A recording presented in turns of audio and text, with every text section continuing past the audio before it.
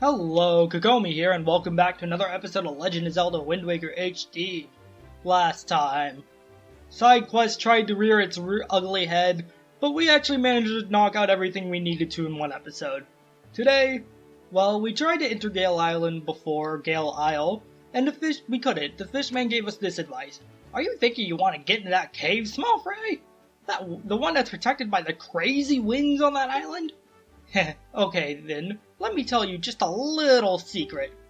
If you go 5 squares north, 1 square east, from here you'll reach Ice Ring Isle, where you'll find an item that makes you as heavy as stone. Why did I read that as 5 squares north? 5 squares south. If you get that item, you won't have to worry about getting blown over by winds. Well, I saved you guys the trouble. We're here, at Ice Ring Isle. We could have done this back when we got the fire and ice arrow, way back when, but yeah, I decided to wait until this point in the story. You can see, well, I like how the atmosphere gets more cloudy. Essentially, just like how with Fire Island we wanted to aim at the fire geyser, here we want to aim at where all the ice is coming out, which you can see is right there. And with that gives us an opportunity to enter. Of course, we are on a timer, a very big timer this time, but a timer nonetheless. This island is a bit longer than, well, excuse me, this island is a bit longer than Fire Mountain. I just had a granola bar before this, and I can like feel it scratching at the inside of my throat a little, which is a shame because I really like granola bars, but And, well, this island, this is pretty much the only instance in this game of ice physics. Yes, you can see that I slide a little, and if we try and turn around, we do that. That's also one of my favorite things to do in this game, along with Link's meowing. We can see there's a chest there, but we'll just grab that on our way out. So I don't know if crouching helps you, like, stop immediately. I don't think it does. But you can sort of move in, like, little tiny bursts if you're not too familiar with, the ice physics. But with that, we have plenty of time. So, let's head in.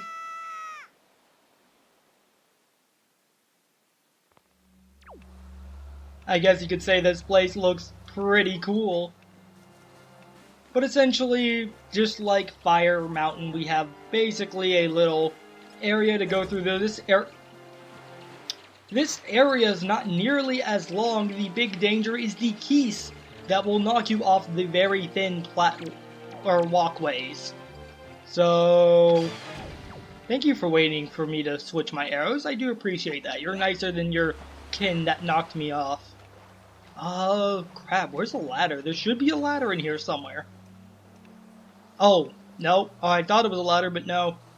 Instead, they decide to make us use this. Well, honestly, I am really tempted to switch to the gamepad right now, but I will hold off on it. I can do this without motion controls. I got this. I can do this. I won't let motion controls rule my life. Alright, we gotta be careful because I don't want the bats to attack us again. How did I not fall off from that? I don't know how I didn't fall off from that, but hey, I'm not complaining. A common thing you'll see in Ice Ring Isle is, well, these things that are just frozen. You essentially just want to use your fire arrow on them, and no, they're fairies. Though I said I wouldn't use fairies, so I guess I just sort of broke. I wasn't even trying that time. I guess we wouldn't have just even... I guess I just sort of broke what I made the promise to do, but it's an internet series. No one cares that much, right? I'm sorry to anyone who actually cared. But I only took half a heart of damage, so it's fine. Right? I have 18 hearts, I have plenty of health to spare. Funny enough, one of my viewers told me, and yes, this week the Iron Boots, it makes us heavy, makes us super heavy, so wind can't knock us around like it's nothing. Yes, the Iron Boots return in this game as an equipable item. For those of you who played Ocarina of Time, there's no need to go into a menu and every single time you want to equip or unequip the Iron Boots. If only late, and well, this is basically, I would say if only later Zelda games were learned from this, but they did. So, if we come down here, this is a bit of an extra area where you can see just a bunch of enemies encased in ice. Including, well, this is an interesting enemy, actually. I'm going to switch to the gamepad really quick. There we go. Why? Well, because I actually want to take a picture of this guy, and I don't trust my quick aiming skills with, literally, with stick controls. But I believe this is a... oh god, what is it? It's a special type of Dark Nut. I forgot the specific name of it. But basically, these are tougher Dark Nuts. They're defined by their more elegant looking armor. I forgot what they were called. And I don't even know if that is like the specific type of Dark Nut or if it's just a recolor of the normal Dark Nut. Because I know we'll be seeing the more elite Dark Nuts later in the game. But essentially you want to just go and unleash hell upon all these enemies. But where was I before? Right. Something about future Zelda games with the Iron Boots being equipable items, which is really nice. Versus in the original Ocarina of Time where you had to... oh, that is a great image. That is a great way to be frozen. Versus the original Ocarina of Time, which had the Iron Boots. You had to constantly go into a menu to equip and unequip them, and it was super annoying, but that's no longer a thing here. I don't remember what's in the jar, but I don't think we need to worry about it. I think there's only one Dark Nut as well. And the Moblins go down so much faster now. It's kind of crazy to think about. And yes, with that we get a chest. Can you take a good guess what's in it? Just guess. I actually don't know what's in it, so I'm gonna guess a Joy Pendant, because they love giving those to us. And it's an orange rupee. No, I was wrong, and I'm fine with being wrong. I have more use for an orange rupee than for a... actually, no, I have plenty of use for a Joy Pendant right now. I'm going to need to farm those at some point if I want to show off the reward for getting 40 of those. And just to show off, I will go ahead and burn these other two jars. And you notice after we got the Iron Boots, just like when we got the... whatchamacallit... wow. Just like when we got the Power Bracelets, we don't have to worry anymore about... the timer. And it just has the generosity to put us out here. You notice that because this water is shallow enough, we won't actually have to worry about drowning in this water. That's a little thing in this game. There are some other pools of water that this also applies for. But we want to go ahead and grab the one chest all the way out here that we passed by. And, well, let's see what we can get in this chest.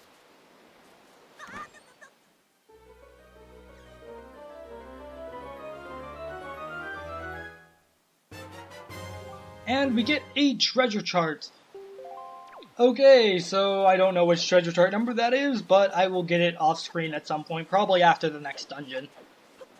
So with that, well, it's time we jump on the King of the Red Lions and head for Gale Isle.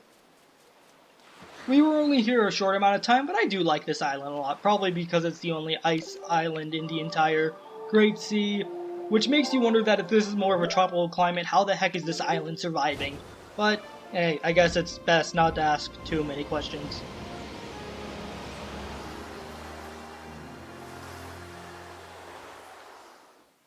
Alright, and with that, we have arrived at Gale Isle.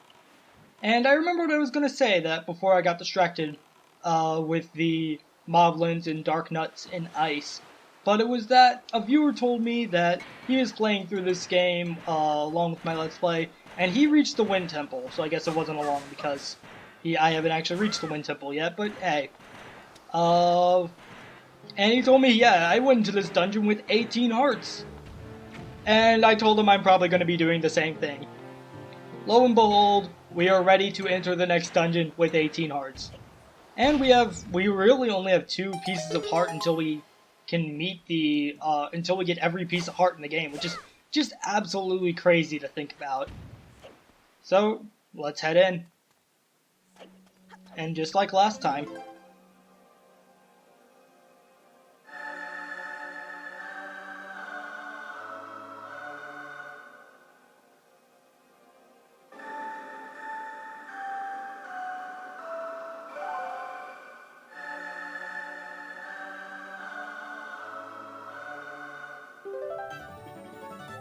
you learn the Wind God's area.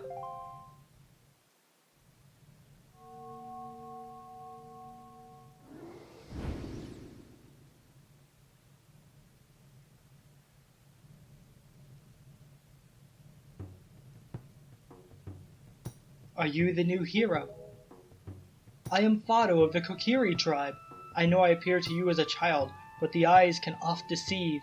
I am a most esteemed sage. I have been praying here so that the power to repel evil would continue to be contained within the blade of the Master Sword. But I was attacked by the evil Ganondorf, and this is what happened to me.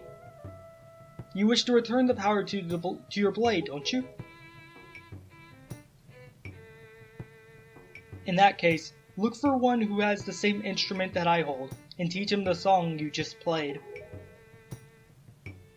Once you do, I'm certain the holder of the instrument will feel the blood of the sages awaken within his veins. The Wind Waker you hold was used long ago to conduct us sages when we played our song to call upon the gods. In those days, it was always the king who conducted for us. Please, tell the king that I will still play, even in the...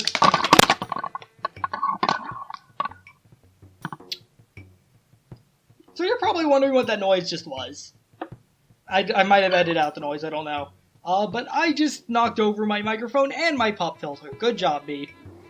And as for you, buddy, I mean, you could tell the king, but I don't think there's anything stopping you from literally going 10 feet outside this. We have a sentient boat that happens to have the spirit of your late king. Just saying.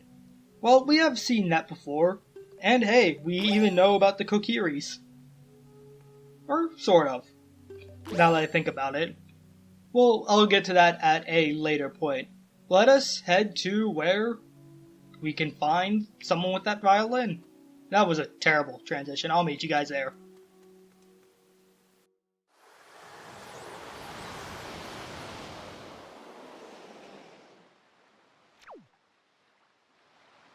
And, well, we've arrived at Forest Haven. And we can see music notes coming out of the waterfall. Well, why don't we go investigate?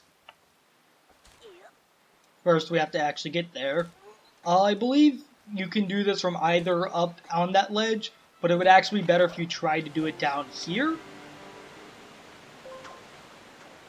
But essentially, we just want to swing into where the music notes are.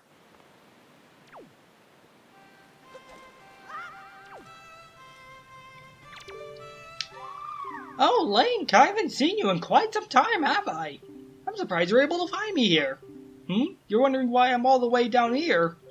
I'm practicing a new song for next year's ceremony, and I need privacy. It isn't any fun if everyone knows in advance what song I'll play. What, you can hear my song outside? Really? I thought the sound of the waterfall would drown it out. Perhaps I should play a little more softly when I practice from now on.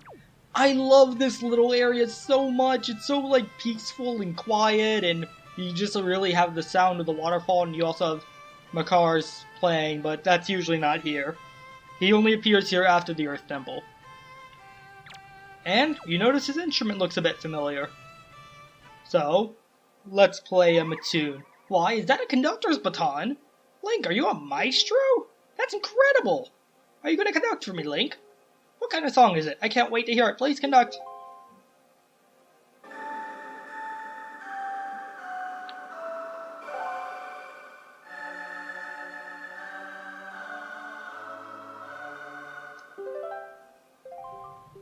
Does it go something like this? Strange, why does it feel like I already know this song?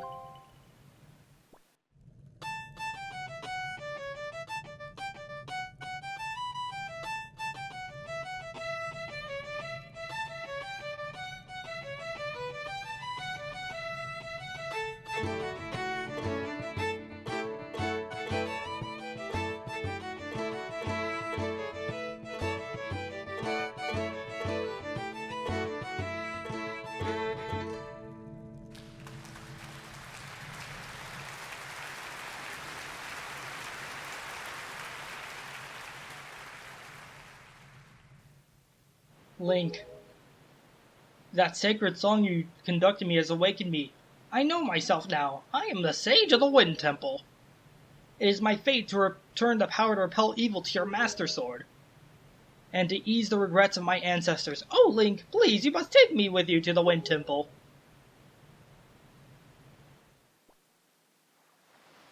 And Makar is on the King of the Red Lion's head, just sort of waiting there, holding on. He's not going to wait in the boat.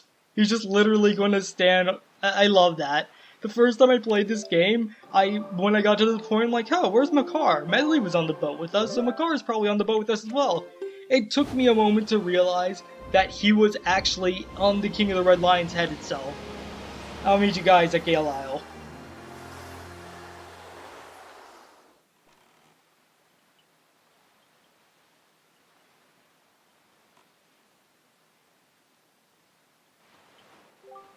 Link, as was the case with Medley, I have no doubt that Makar too has some special role to play in these events.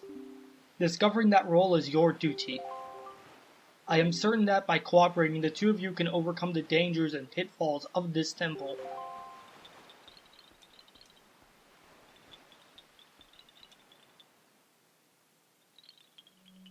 Well, we've arrived. Just like with Medley before. Well, Makar certainly has trouble keeping up with us, and you're going to see that little waddling a lot throughout the next few episodes. Not that.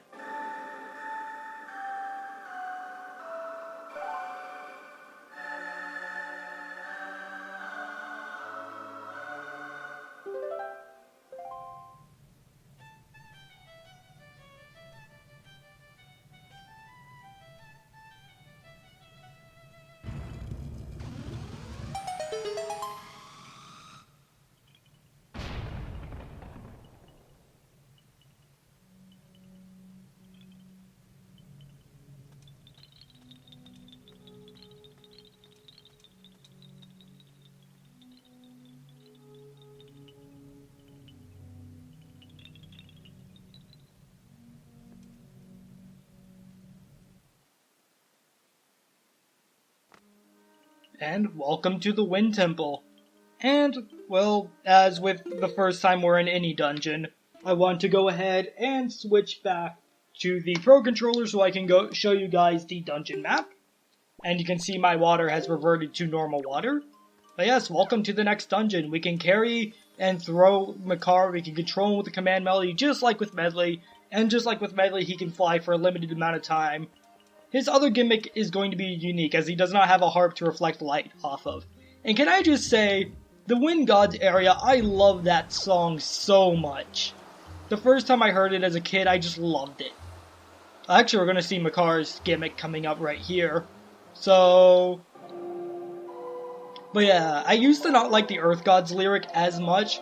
I've come to really like it over time, pretty much just as much as the Wind Gods area. But like from the first time I heard it, when you play with Makar, I love this song. It's probably one of my favorite songs in the Zelda series. It's so high energy and like hopeful sounding, but essentially Makar has the ability to plant trees.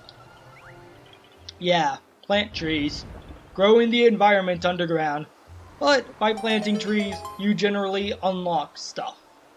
So, that's how we get more chests, that's how we, well, basically unlock things that we're going to find further.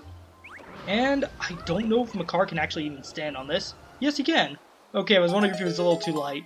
So we'll just, leave him on this, wait, does he have to, no he doesn't. Okay, well just in case, I'll leave him on it. And you can see just immediately starting off, we have tough enemies to deal with. Wizrobes and Stalfos, I believe those are Stalfos. Enemies that we normally only face under special circumstances are becoming normal enemies. The Wind Temple is, I remember this dungeon very well for that specific reason, that these enemies that were considered like so special are all of a sudden common enemies. And it's not going to be like a bunch of stuff, like we're not going to see more of the Mathulas or anything. Or what else? I don't think there are a bunch of Dark Nuts here. But the enemy variety is going to be just tougher in general in this place. So be ready for that. The Wind Temple, at least from what I remember, is a very long dungeon. And you hear that song in the background. At least I took a while when I played through this dungeon, like not even just the first time, but even on some subsequent playthroughs. That song, with like the repeating notes over and over, feels like it was starting to drive me insane at some point. And that was my water bottle, in case you're wondering what that loud noise was. I have a plastic water bottle, and sometimes the plastic just sort of does that. Another big gimmick is that you're going to be using the iron boots to push these switches down, and, well, you use it to get you to new heights, and then use the Deku Leaf to fly around. So it's pretty neat. We have another use for the Deku Leaf, and the iron boots are relegated to more than just sinking us to the bottom of water like it was in the previous Zelda game. Though then again, considering we can't even see underwater in this game, that would be kind of weird if that's what we had to do with it. So they had to come up with a new use for it. And, well, I have to say this is probably one of my favorite dungeons in this game and in the Zelda series as a whole. Even though I was just talking about how I felt like it was going to drive me insane, I remember this dungeon. This dungeon is very memorable to me. I probably should not be wasting magic with this.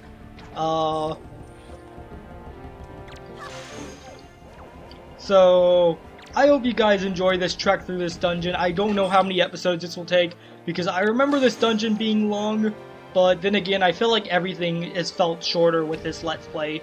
Like, every dungeon has felt shorter than it was going to be, or supposed to be. Let's go ahead and drop you here. I think, unlike Medley, if we drop off a ledge, we don't actually have to... we don't actually fly. These things we're going to see a lot of. So, be ready to see them.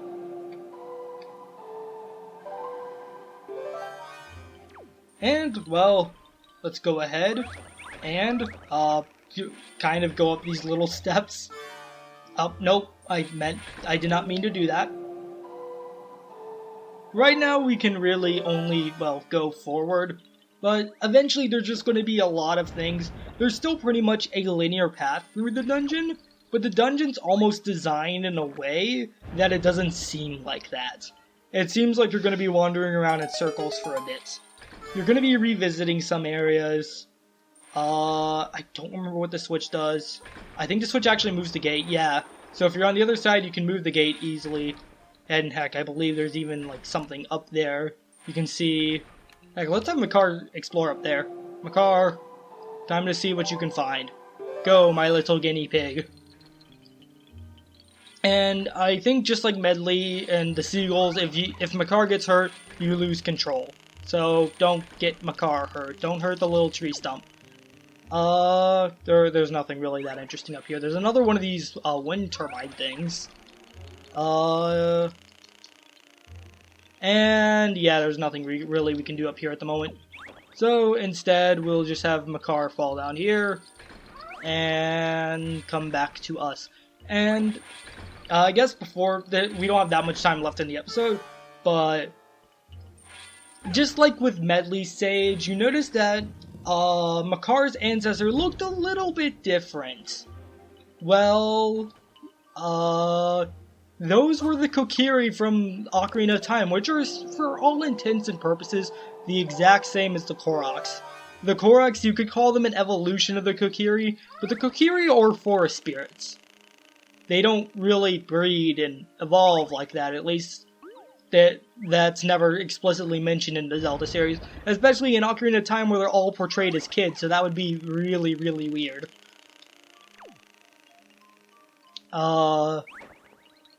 So that's what I kinda don't get when Makar says, oh, I can feel it running through my veins, it's from the ancestors. I can see, like, new spirits being born, but, like, how? So yes, for all intents and purposes, Makar is a Kokiri, but he's technically not, as Kokiri take the form of humans, and Koroks take the form of these little tree stump things.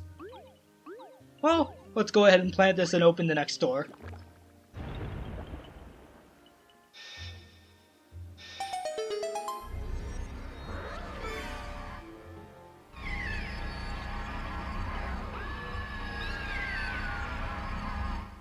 Well, if that wasn't nightmare-inducing enough for you, yes, and there's nothing we can do to get up there at the moment. You always lose Makar at that point.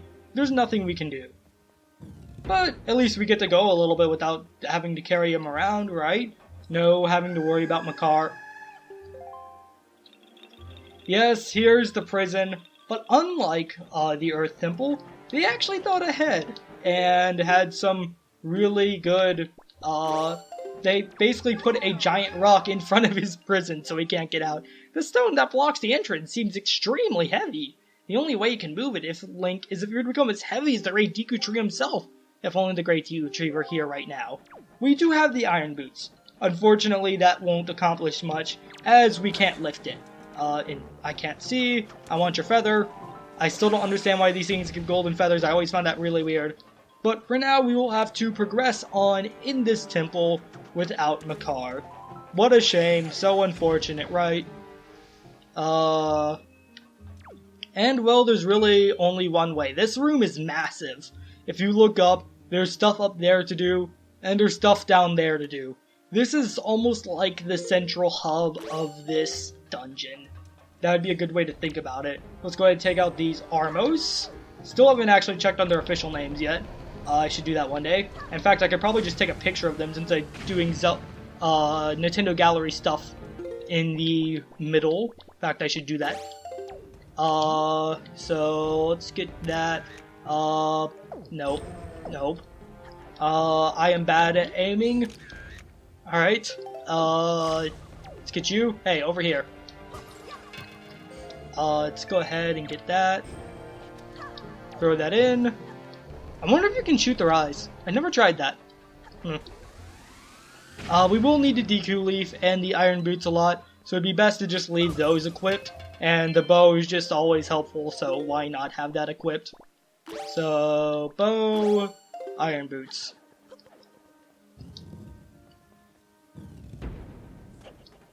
And, well, we got more of these. I don't feel like taking your feathers. It's too much work. Oh, I almost jumped right into that. Thank God I didn't. Oh, hey, you gave me your feather anyways. Throughout the dungeon, you're going to see a lot of these sort of cracked surfaces. Simply do that! What?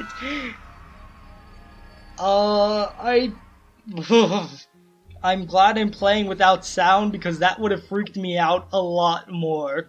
You probably would have heard me scream. Jeez. Well, we're kind of out of time for the episode, but yes, a big gimmick in this dungeon is also going to be the, these cracked floors. You can break them open with the, whatchamacallit. Wow, the Iron Boots. So, I will get my vengeance really quick and then we'll call it an episode. Come here. Come on. There we go. Can I hit this to the side? Huh. You can, like, sort of move it. That's interesting. I didn't know that. Well, anyways. Next time on Legend of Zelda Wind Waker HD, we'll be continuing through the Wind Temple and try and find a way to free Makar. Thank you guys so much for watching, and until next time.